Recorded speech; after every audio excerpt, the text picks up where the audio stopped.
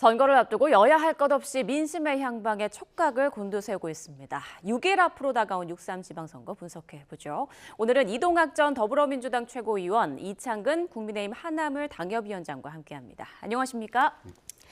당장 내일과 모레 이제 사전투표가 진행되고 본투표일은 6일 앞으로 다가왔습니다. 짧다면 짧은 시간이 남아있지만 결과를 예단할 수 없는 아주 중요한 시점인데요.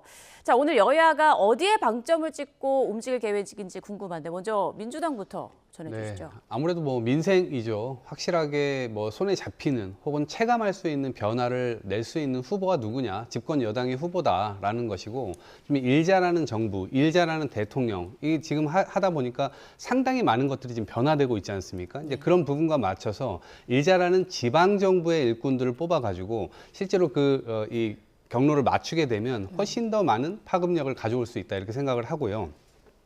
그다음에 저희가 지금 지역별 특성화로 해서 5극 3특이라는 걸 내세우고 있잖아요. 네. 그 특성화를 훨씬 더 지금 강하게 만들어 보자. 그래서 지역도 실제로 자생할 수 있도록 하고 이 젊은이들이 계속 떠나가고 있는 그런 상황 속에서 어떻게 해서든 그건 방법을 한번 찾아보자라고 하는 거거든요. 그래서 훨씬 더 힘있게 집권 여당의 후보를 뽑으면 훨씬 더 힘있게 추진할 수 있다라고 하는 것이고요. 또 후반부로 갈수록 갑자기 박근혜 전 대통령이 나오거나 이런 것들도 있는데 예. 저희 입장에서는 계엄 이후에 성찰과 반성도 하지 않고 이제 그런 부분들이 여전히 이제 유권자분들께서는 이게 저 정치 세력은 도대체 뭘 하려고 하는 세력이냐, 헌법도 안 지키고 그런 것에 대해서 이 시정도 하지 못하고 있는 그런 상황인데 이건 도저히 안 되겠다라고 하는 심리도 분명히 있으실 것이기 때문에요. 그런 부분들도 계속해서 알려나가려고 합니다. 네, 국민의힘 계획은 어떻습니까? 실제 지방선거는 세 가지 측면에서 봐야 됩니다. 가장 큰 틀에서는 정권 견제냐 아니면은 정권의 안정이냐 측면인데, 사실 지금 민주당이 그간에 보여준 행태는 대통령의 지지를 바탕으로 국회에서 사실 무소불위의 그런 입법을 강행을 했잖아요. 그 피해가 지금 하나둘 나오고 있지 않습니까? 가장 최근에 물론 노사 합의해서 타결은 됐지만 삼성전자의 그런 과도한 성과급, 사실 다른 노동자들의 어떤 상대적 박탈감을 느끼게 하는 거잖아요. 그런데 그 부분도 사실은 노랑봉투법에 성과급이라는 것을 노동쟁의의 요소로 넣었기 때문에 가능했던 거거든요. 그뿐만 아니라 대통령의 재판을 삭제하는 공소취소특검법, 그런 것도 사실 문제죠. 그런 측면에서는 정권 견제가 맞는데, 또 다른 측면에서는 결국 지방선거는 인물론에서 지역 일꾼을 뽑는 겁니다.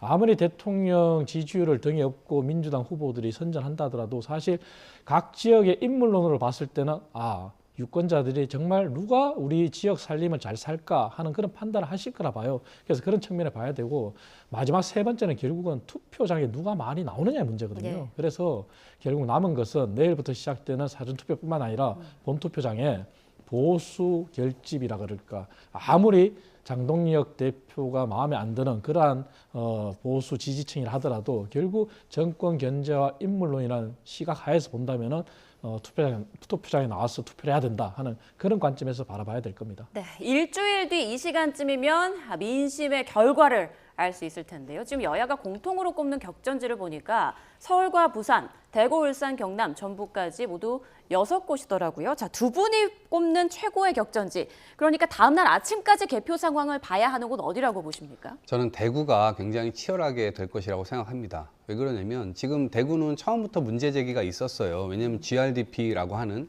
지역 내 총생산이라고 하는 것이 대한민국 전체에서 계속 수십 년째, 30년 넘게 꼴찌를 해왔습니다. 근데 한 당에만 계속해서 몰아줘 왔고, 그 대구 시민들도 일정 부분 정부를 견제해야 된다, 혹은 민주당을 견제해야 된다, 이러한 심리를 가지고 그동안 뽑아줬던 거거든요. 그런데 그 결과가 결국 이 아이들이 떠나는 도시가 돼버렸고, 거기에 지금 거의 어르신들만 남아서 지역 경제는 다 죽어가고 있는 그런 상황이잖아요. 뭔가 변화를 꾀해야 된다라고 하는 측면이 굉장히 강하게 작용하고 있고, 거기에 민주당은 사실은 은퇴까지 하셨던 분을 삼고초려를 통해서 대구를 위해서 다시 한번 좀 일을 해보자라고 해가지고 결단을 내리고 김부겸 후보가 지금 나섰거든요. 그러니까 역량도 굉장히 출중한 데다가 사실상 2, 3년 전까지 이미 현직에 계셨던 분이잖아요. 그런 점에서 굉장히 이 대구 시민들의 소구력이 높다라는 생각이 들고, 특히 이분의 정치적 태도도 상대방을 무조건 막 몰아붙여서 막 뭘 하는 게 아니고 실제로 타협을 해보려고 하고 또 대구 시민들이 아마 원하는 그러한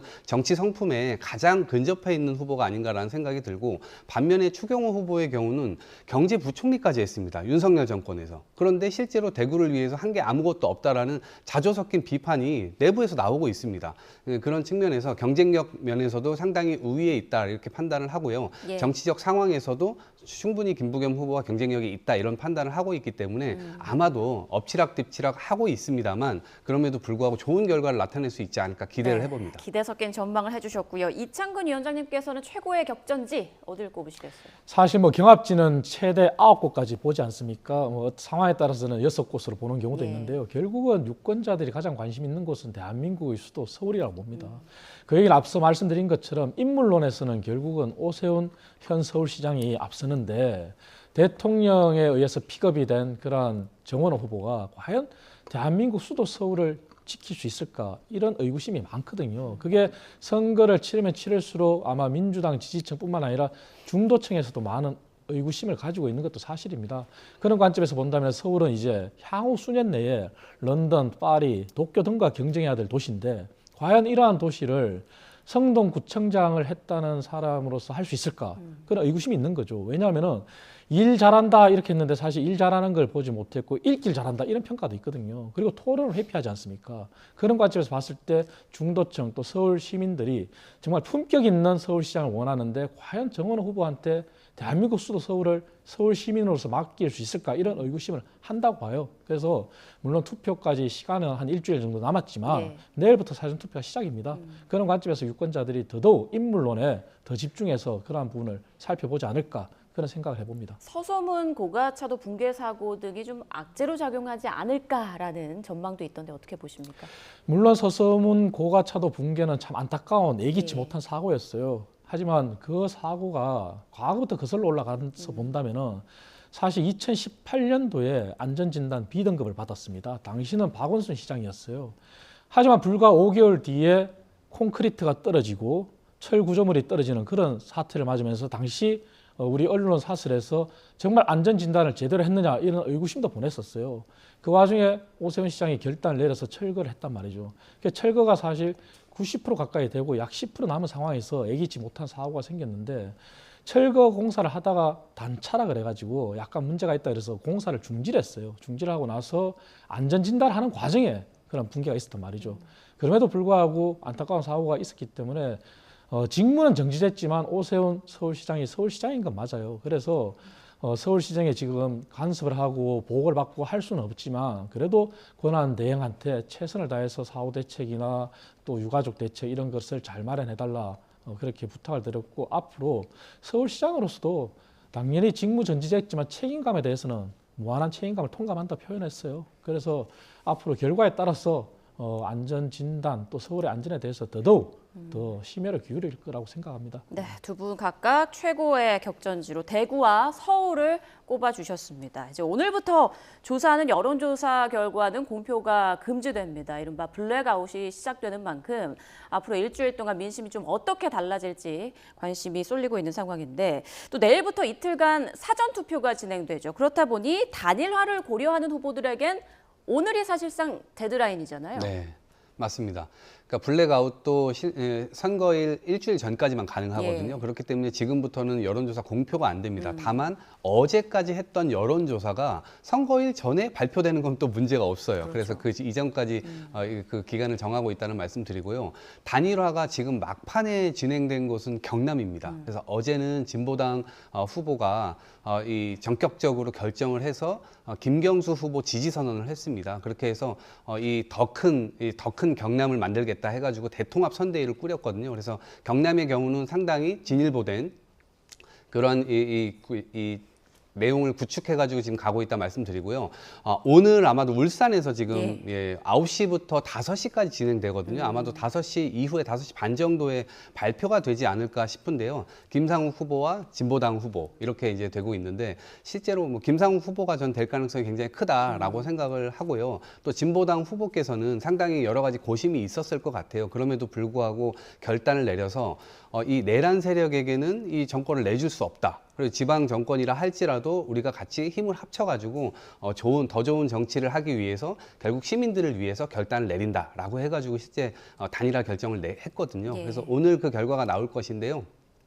결국엔 민주진보 진영의 어떤 단일화 이걸로 인해서 승산이 훨씬 더 이제 높아지게 될 것이고 울산 시민들 역시도 대통령과 링크된 그래서 울산의 경제를 제대로 바로 세울 수 있는 그런 결과를 맞이할 수 있지 않을까 그렇게 기대해 봅니다. 단일화 관심 지역하면 또 부산 북갑을 빼놓을 수 없잖아요. 박민식 후보와 한동훈 후보 단일화 불씨 꺼진 겁니까? 어떻게 보십니까? 실제 부산 지역의 국민의힘 국회의원들도 상당히 많은 노력을 했습니다. 하지만 지금 상황을 봐서는 양 후보 간의 감정의 골이 너무 깊어졌기 때문에 지금 상황에서는 단일화가 상대적으로 힘들지 않을까 생각하는데요. 그럼에도 불구하고 단일화를 한다면은 사실 부산 북구갑의 어떤 보수층의 승리는 쉽습니다. 하지만 단일화가 안 된다면은 끝까지 3자 구도에서 가야 되겠죠. 그래서 단일화의 끈은 놓지 않지만 두 후보 간의 결단이 중요하다고 생각해요.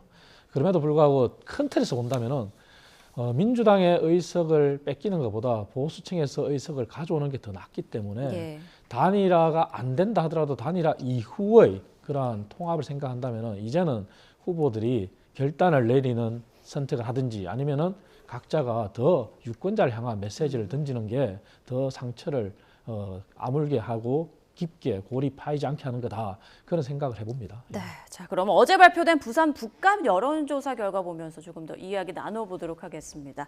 부산 MBC에서 의뢰하고 한길리서치가 조사한 결과 그래픽으로 함께 보도록 하죠. 자, 부산 MBC 의뢰로 한길리서치가 조사한 내용 5월 24일부터 25일 양일간 이뤄진 조사 결과인데요. 지금 하정우 후보 36.7, 한동훈 38.6. 박민식 후보는 지금 한 후보를 향해서 보수를 죽이러 온 트로이 목마다라고 비판하고 있고 한동훈 후보는 투표로 단일화해달라라고 또 이야기를 하고 있습니다. 지금 부산 북갑 접전이라는 분석이 많이 나오고 있는데 어떻게 판세 보고 계세요? 민주당도 엄청나게 긴장을 해야 되고 또 끝까지 최선을 다해야 된다. 하정우 후보가 처음에는 뭐 초보 리스크다 뭐다 이제 공격을 많이 받으면서 조금 흔들리는 모습을 보였습니다만 종반으로 가면서 실제로 자기 폼을 좀 찾은 모양새거든요. 그리고 일단은 북갑을 떠난 지가 좀 오래됐었기 때문에 누군지 뭐 TV에서만 봤고 사람들이 어떤 친근감이나 이런 것들을 느낄 수 없었기 때문에 아니 악수라도 한번 해봐야 되는 거 아니냐 이렇게 이야기를 하시는 분들이 많아서 지금은 접촉면을 상당히 늘려가지고 아침부터 밤늦게까지 사람들 찾아다니면서 이야기도 하고 그런 지지를 호소하고 있는 것으로 지금 알고 있습니다. 네. 그런 상황이기 때문에 근데 그런 반면에 지금 한동훈 후보의 경우는 일종의 뭐 하루에 뭐 이 차량을 뭐 수십 대 동원해가지고 지금 전국에서 이 뭐 1000여 명씩 이렇게 와가지고 외부에서 선거 운동을 하러 온다는 거 아닙니까? 이제 제가 볼 땐 그게 유사 선거 운동원을 이 꾸리는 것도 불법입니다. 그리고 이 선거 사무소를 설치하는 것도 불법이에요. 그래서 그런 부분에서 아직 논란이 있는 것으로 알고 있는데 선관위에서 전 이건 조치를 좀 취해야 되지 않을까 이렇게 생각을 하고 있고 그런 면에서 어찌됐건 외부에서 온다 하더라도 굉장히 활성화된 측면이 있습니다. 그런 것들이 이제 여론조사에서도 일정 부분 반영이 되는 것 같은데 그럼에도 불구하고 하정우 후보의 경우 이 샤이 하정우가 분명히 있을 수 있다. 그리고 끝까지 그리고 전재수를 결국 지지했었던 분들은 민주당과 하정우 후보에게 집권 여당 후보이기 때문에 그런 점수를 좀 더 주지 않을까라는 생각에 어쨌든 기대를 하고 있습니다. 하나의 변수라고 볼 수 있을까요? 박근혜 전 대통령이 어제 부산을 찾았죠. 이 자리에서 박민식 후보에게 봉사할 기회 주신다면 이 나라를 잘 지켜나갈 거라고 생각한다. 지지하는 듯한 발언을 했는데 영향을 미칠까요? 박근혜 전 대통령이 이제 전국을 다니면서 가는 부분은 사실 후보들의 요청입니다. 그래서 부산도 박형준 부산시장 후보를 지지하기 위해서 갔는데 그 장소에 이제 박민식 후보가 온 거죠. 예. 그리고 박민식 후보가 국민의힘 후보이기 때문에 당연히 지지를 호소하는 건 또 맞습니다. 하지만 그럼에도 불구하고 앞서 그래픽에서 보셨던 그런 여론조사 추이를 과거부터 우리가 본다면은 사실 하정우 후보나 박민식 후보는 박스권에 갇힌 모습이에요. 그리고 한동훈 후보는 어느 순간부터 지지율을 이제 상승 추세로 전환된 상황이고요. 그리고 동일한 조사에서 양자 결과를 보더라도 사실 박민식 후보는 하정우 후보의 지는 결과고 한동훈 후보는 하정우 후보를 이기는 결과가 나왔어요. 그래서 이러한 부분은 사실 여론조사의 추세를 본다면은 예. 한동훈 후보는 상승 추세에 있는 게 분명합니다. 그런 측면에서 박근혜 전 대통령께서 국민의힘 후보 지지를 호소했지만 보수 결집은 가능하지만 결국 부산 북구갑도 중도층이거든요. 중도층의 표심이 어디로 가느냐의 문제인데 결국 선거 초반에는 중도층이 민주당 지지, 결국 대통령 지지율 등이 없고 나온 하정우 후보한테 갔다면은 그 이후에는 민주당의 행태나 또 하정우 후보와 정청래 후보 간에 있었던 오빠 논란 그런 것들을 보면서 중도층이 떠났다고 봐야 되겠죠. 그 중도층의 움직임이 결국은 한동훈 후보의 지지율 상승으로 이어졌다고 보기 때문에 박근혜 전 대통령의 보수 집결과 같은 메시지보다 만약에 중도층의 이동이 더 크다면은 한계는 있겠죠. 그래서 아까 말씀드린 대로 지금 현재 부산 북구갑은 단일화가 되지 않는다면은 선거 이유가 더 중요합니다. 더 중요하기 때문에 후보들 간의 어떤 설전도 선거를 앞두고는 당연히 해야 되지만 그것도 좀 품격 있게 했으면 좋겠다는 얘기고요. 그리고 민주당이 조급한 나머지 이제 한동훈 후보의 어떤 자원봉사자들 서포터즈 가지고 선거법 위반 얘기하는데 사실 전국의 모든 지역에 자원봉사자들이 다 있습니다. 그 자원봉사자는 꼭 부산에 사는 사람만 선거운동을 도우라는 건 아니거든요. 전국에서 누구나 다 선거운동 기간 중에는 자원봉사로서 할 수 있는 거거든요. 그래서 그러한 부분을 조급함의 나머지 그렇게 나쁜 그러한 지적으로 안 하는 게 저는 맞다고 봅니다. 네. 자, 이렇게 사전 투표를 코앞에 두고 전현직 대통령들의 행보에도 관심이 쏠리고 있는데 박근혜 전 대통령 경남 지역 물론이고 울산과 부산까지 광폭 행보 이어가고 있고요. 이에 대해서 민주당에서는 탄핵당한 대통령이 부끄러운 줄도 모른다라고 비판하고 나섰죠.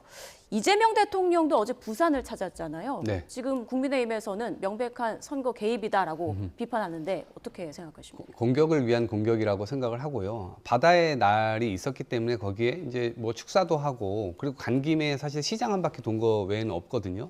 근데 그런 비판을 하려면 적어도 윤석열 전 대통령이 총선 앞두고 전국을 돌면서 정책 간담회를 오히려 하셨었거든요. 그때는 완전히 거의 공약을 그냥 내가 해주겠다 지금 그렇게 하고 다녔어요. 그러니까 그런 부분들에 대한 성찰이 좀 먼저 있어야 된다라고 하는 것이고요. 제가 볼 땐 대통령이 그럼 국정을 멈춰야 되느냐? 그건 아니죠. 그렇기 때문에 그것은 크게 문제 삼을 만한 이 대목이 아니라고 생각하고요. 오히려 좀 박근혜 전 대통령께서 지금 움직이시는데 그런 부분들을 말려야 되는 거 아니냐라는 생각이 드는데 일단은 그 국민의힘 당사에 지금 박근혜 전 대통령 사진 안 걸려 있습니다. 이명박 전 대통령도 사진 안 걸려 있어요. 그런데 지금 이 두 분이 공교롭게 지금 돌아다니고 계신단 말이에요. 그런 측면에서 그러면 탄핵도 당하고 또 감옥도 갔다 오시고 여러 가지 고초를 겪으셨는데 은근슬쩍 예전에 탄핵의 강을 건넜다고 하지 않았나요? 근데 다시 그냥 뗏목이 떠밀려 내려가가지고 다시 거기 그 위치로 간 모양새예요. 그러다 보니까 아니 윤어게인 하겠다고 하고 지금 박어게인 하겠다고 하고 더더군다나 전두환 찬양하신 분 이 제대로 된 징계도 못 하고 있어서 그럼 전두환 어게인까지 가는 거 아니냐라는 이제 자조가 나오는데 이러한 부분들이 과연 이 선거에 도움이 되겠느냐. 그리고 사실은 이미 투표할 만한 사람들 그 사람들은 이미 집결돼 있다고 보는 게 맞겠죠. 그러면 가운데로 중도층으로 좀 더 확장적 전략을 써야 되는데 지금 그 전략을 쓰지 못하니까 지금 어쩔 수 없이 또 이렇게 하고 있는 거 아니냐 이런 생각도 듭니다. 근데 장동혁 대표 결국 오라는 곳이 없잖아요. 그리고 실제로 선대위에 유세단도 제가 볼 땐 못 꾸린 걸로 알고 있거든요. 그러다 보니까 박근혜 전 대통령을 이렇게 모시고 나와가지고 돌고 있는데 제가 볼 땐 좀 딱하다 이런 생각이 듭니다. 네, 박 전 대통령의 지원 유세가 중도층 결집에는 걸림돌이 될 수 있다는 분석이 나오거든요. 어떻게 생각하세요? 때로는 그렇게 볼 수도 있습니다. 하지만 중요한 것은 이렇게 봐야 되겠죠. 먼저 이재명 대통령 같은 경우는 물론 대통령의 일정으로서 바다의 날 기념식 갈 수는 있어요. 하지만 해필이면 경남과 부산을 1박 2일로 갔다는 측면에서는 참 이례적입니다. 왜냐하면 역대 대통령이 바다의 날 기념식을 토대로 부산 경남을 걸쳐서 1박 2일을 했다? 저는 없다고 보거든요. 저도 대통령실에 있었지만 없고요. 그리고 박근혜 전 대통령 일정 가지고 얘기하시는데 아마 민주당이 행여나 영남 지역을 중심으로 한 보수 결집으로 인해서 경합지가 질까 봐 그런 조급함에서 나온다고 봅니다.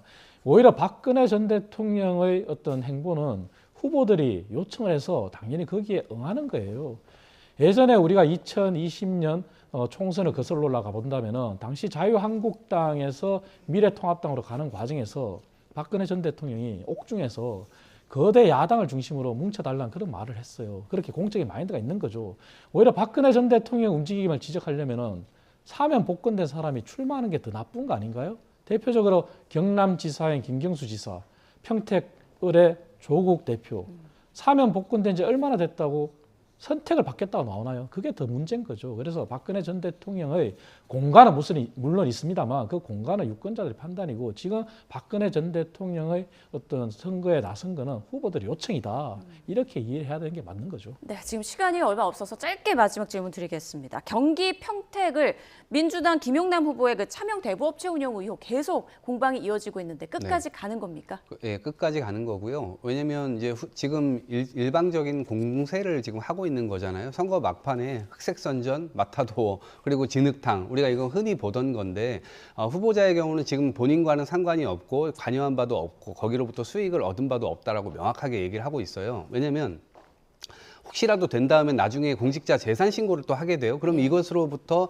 얻은 수익이 있는지 없는지 드러나게 될 겁니다. 그러면 지금 이게 거짓말이라고 한다면 나중에는 더 큰 후과가 있을 거거든요. 그렇죠. 민주당 내에서도 그때는 가만히 있을 수가 없습니다. 그렇기 때문에 저는 이것이 거짓말일 가능성이 거의 없다라는 생각이고요. 어찌됐건 끝까지 이 평택 시민들의 선택을 받기 위해서 열심히 하게 될 겁니다. 네, 일주일 사이 민심이 어떻게 요동칠지 상황을 계속 두고 보겠습니다. 지금까지 이동학 전 더불어민주당 최고위원, 이창근 국민의힘 하나물 당협위원장과 6.3 지방선거 판세 분석해봤습니다. 고맙습니다.